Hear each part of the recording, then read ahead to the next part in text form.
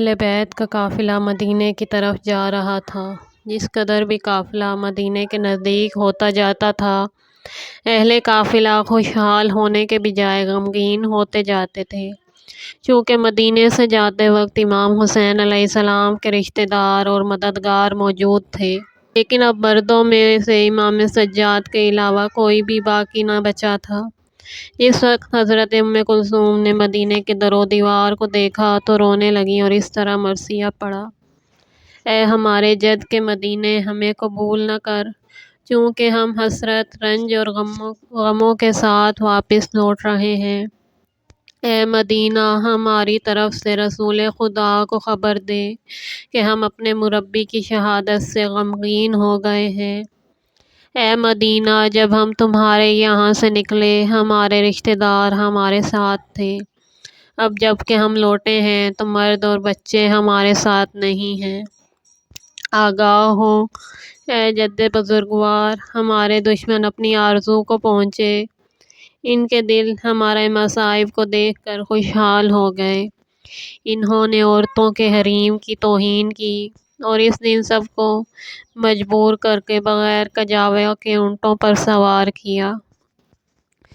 جس وقت امام سجاد علیہ السلام ساتھیوں کے ساتھ مدینہ کے نزدیک پہنچے، امام محمل سے نیچے اترے اور ایک خیمہ لگایا، عورتوں کو اتارا گیا اور بشیر بن جزلم سے فرمایا: خدا تمہارے باپ پر رحمت کرے، وہ شاعر تھا، کیا تم بھی شاعری کر سکتے ہو؟ بشیر نے عرض کیا: ہاں اے فرزند رسول خدا صلی اللہ علیہ وآلہ وسلم، میں بھی شاعر ہوں۔ حضرت نے اس سے فرمایا: تم سب سے پہلے مدینہ شہر میں چلے جاؤ اور حضرت ابو عبداللہ الحسین کی شہادت کا اعلان کرو۔ بشیر کہتا ہے: میں اپنے گھوڑے پر سوار ہوا اور مدینے کی طرف دوڑ پڑا۔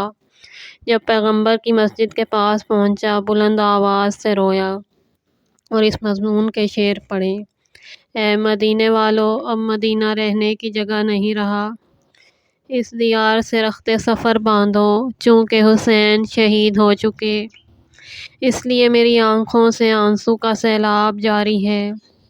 ان کا بدن مبارک کربلا میں خاک اور خون کے درمیان پڑا ہوا ہے اور ان کے سر مقدس کو نیزوں پر بلند کر کے شہروں میں پھرایا گیا ہے۔ اس کے بعد میں نے بلند آواز سے کہا: اے لوگو، آج علی ابن الحسین اپنی پھوپھیوں اور اپنی بہنوں کے ساتھ تمہارے قریب آ گئے ہیں اور مدینے کے عقب میں اترے ہیں۔ میں ان کا پیغام رساں ہوں۔ میں اس لیے آیا ہوں تاکہ میں ان کے قیام کی نشاندہی کروں۔ جب بشیر نے یہ اعلان کیا تو مدینے کے لوگ، چھوٹے بڑے، مرد عورت، مدینے سے باہر اہل بیت کے استقبال کے لیے آئے۔ بشیر کہتا ہے کہ کوئی باحجاب اور پردہ نشین عورت باقی نہ رہی، مگر یہ کہ وہ پردے سے باہر آئیں اور اپنے بالوں کو کھول دیا، اپنے منہ کو ناخن سے نوچتی تھیں، اپنے منہ کو پیٹتی تھیں اور بلند آواز سے کہتی تھیں: واہ محمدا، واہ حسینہ! ہر طرف سے یہ آواز بلند کرتی تھیں۔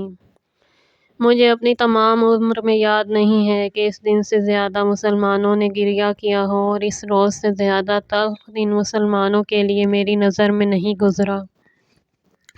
ایک کنیز میرے پاس آئی اور جان سوز اشعار کو پڑھا اور مجھ سے کہا: تو نے ہمارے غم کو امام حسین کے بارے میں تازہ کر دیا اور ہمارے زخموں کو خراش دیا۔ تو کون ہے؟ میں نے کہا: میں بشیر بن جزلم ہوں، میرے مولا علی ابن الحسین نے مجھے تمہاری طرف بھیجا ہے اور وہ اپنے اہل بیت کے ساتھ فلاں مقام پر ہیں۔ بشیر نے کہا کہ لوگ اتنی جلدی امام سجاد کی طرف روانہ ہوئے کہ میں مدینے میں تنہا رہ گیا۔ میں نے گھوڑے کو تیز کرنے کی ایڑ لگائی اور ان کی طرف واپس ہوا۔ میں نے دیکھا کہ تمام راہوں کو پیدل چلنے والوں نے گھیر رکھا تھا۔ گھوڑے سے اتر کر پیدل چلنے لگا اور لوگوں کے کندھوں کے سہارے اپنے آپ کو اس خیمے میں پہنچایا کہ جس میں امام سجاد تھے۔ منقول ہے کہ جس وقت اہل بیت مدینہ میں داخل ہوئے تو جناب ام المؤمنین نے پیغمبر اسلام کی قبر کے نزدیک جناب زینب کبریٰ سے ملاقات کی اور کہا: اے امیر المومنین کی بیٹی، میرے فرزندوں کے بارے میں بتائیے کہ کیا خبر ہے۔ جناب زینب نے فرمایا سب شہید ہو چکے ہیں۔ ام البنین نے عرض کیا سب کے سب حسین پر قربان ہو چکے ہیں۔ اچھا تو پھر امام حسین کے بارے میں بتائیے کہ ان کے بارے میں کیا خبر ہے۔ جناب زینب نے فرمایا حسین تشنہ لب شہید کیے گئے۔ ام البنین نے جب یہ کلام سنا تو اپنے دونوں ہاتھوں کو بلند کیا، اپنے سر پر ماتم کیا اور بلند آواز کے ساتھ روئیں اور کہتی تھی واہ حسین، ہائے میری جان حسین۔ جناب زینب نے فرمایا اے ام المؤمنین، تمہارے فرزند عباس کی ایک یادگار لے کر آئی ہوں۔ ام البنین نے کہا وہ یادگار کیا ہے؟ تو زینب نے عباس کے پرخون سینہ بند کو چادر کے نیچے سے نکالا۔ ام البنین نے جب ان کو دیکھا تو برداشت نہ کر سکیں اور بے ہوش ہو کر زمین پر گر پڑیں۔ مدینے کے لوگوں نے چیخ و پکار اور گریہ کی آواز بلند کی اور امام سجاد کے خیمے کے نزدیک اکٹھے ہو گئے۔ سب امام کو دیکھنے کے منتظر تھے، جبکہ گریہ زاری اور فریاد نے بیابان کی فضا کو پرشور کر دیا تھا۔ اچانک انہوں نے دیکھا کہ امام سجاد کے ہاتھ میں ایک رومال ہے جس سے آنکھوں کے آنسو پونچھتے ہوئے خیمے سے باہر آ رہے ہیں، اور ان کے پیچھے ان کا غلام تھا، وہ بھی باہر آیا اور ایک کرسی اس کے ہاتھ میں تھی، اس کو زمین پر رکھا۔ امام سجاد اس پر بیٹھ گئے اور امام نے لوگوں کو اشارہ کیا کہ خاموش ہو جاؤ، تو سب خاموش ہو گئے۔ امام نے حمد و ثناء کے بعد چند مطالب ارشاد فرمائے۔ امام نے فرمایا اے لوگو، خداوند متعال نے ہم سے بہت بڑے مصائب اور رنج کے ساتھ امتحان لیا ہے کہ جس سے اسلام میں بہت بڑا خلا پیدا ہوا ہے۔ ابا عبداللہ حسین شہید ہو گئے، ان کی مستورات اور فرزندوں کو اسیر کیا گیا اور ان کے سروں کو نیزوں پر رکھ کر شہروں میں پھرایا گیا۔ ایک ایسی مصیبت ہے کہ کوئی مصیبت اس مصیبت کی مانند نہیں۔ اے لوگو، کون سا دل ہے کہ جو امام حسین کے مصائب کے لیے نہ بھرایا ہو اور غمگین نہ ہوا ہو، اور کون سی آنکھ ہے کہ جس نے اپنے آنسوؤں کو روکا ہوا ہو۔ تمام عالم میں جتنی چیزیں ہیں سب نے ان کے لیے آنسو بہائے۔ پھر فرمایا خدا کی قسم اگرچہ پیغمبر ہماری محبت کی بجائے قتل کرنے کی وصیت کرتے تو وہ بھی اس طرح نہ فرماتے جس طرح ان لوگوں نے ہم پر ظلم کیا، اور فرماتے تھے امام حسین کی مصیبت کس قدر دردناک، دل خراش اور تلخ تھی۔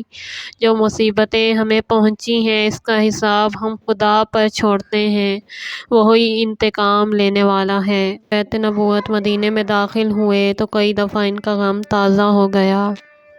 امام سجاد نے ایک نگاہ اپنے خاندان کے گھروں اور خاندان کے مردوں پر ڈالی کہ دیکھا وہ گھر زبان حال کے ساتھ سب نوحہ کرتے ہیں اور آنسو بہاتے ہیں، در و دیوار بھی زبان حال کے ساتھ مصیبت دیکھی ہوئی ماؤں کی طرح گریہ کرتے ہیں، اور ہر گزرنے والوں سے اپنے صاحبان کا حال معلوم کرتے تھے، اور مرنے والوں پر واہ مصیبت کی فریاد بلند کر رہے ہیں اور کہتے ہیں اے لوگو، ہمیں نوحہ کرنے میں معذور نہ سمجھو اور ہمارے ساتھ اس مصیبت میں ہمدردی کرو، چونکہ جن مردوں پر ہم گریہ کرتے ہیں ان کے نیک اخلاق کے ساتھ ہمارا دل بندھا ہوا ہے۔ وہ دن اور رات ہمارے ساتھ مانوس تھے، رات اور سحری کی تاریکی میں ہمارے لیے نور تھے۔ ان کی سحری کے مناجات، ان کے راز و نیاز ہمارے کانوں میں محفوظ ہیں، ان کے فضائل ہماری جان کو معطر کرتے ہیں۔ ہائے وہ ذی عزت دشمنوں کے درمیان مسافر رہے اور دشمنوں کے کینوں کا نشانہ بنے، وہ مجسمہ کمالات تھے۔ شہر مدینہ زبان حال سے کہہ رہا تھا میں بہت پریشان ہوں، میرے اندر رہنے والے میری آنکھوں سے غائب ہیں، جتنا بھی نالہ کروں کم ہے، کوئی شے بھی ان کے وجود کے بغیر میرے درد کے لیے دوا نہیں بن سکتی۔ اب ان کے موجود نہ ہونے کی وجہ سے میں نے سوگواری کے لباس کو پہن رکھا ہے اور میرے صبر کا پیمانہ لبریز ہو چکا ہے۔ یوں کہنا چاہیے اے خوشی کا ایام، تمہاری ملاقات قیامت تک نہیں ہوگی۔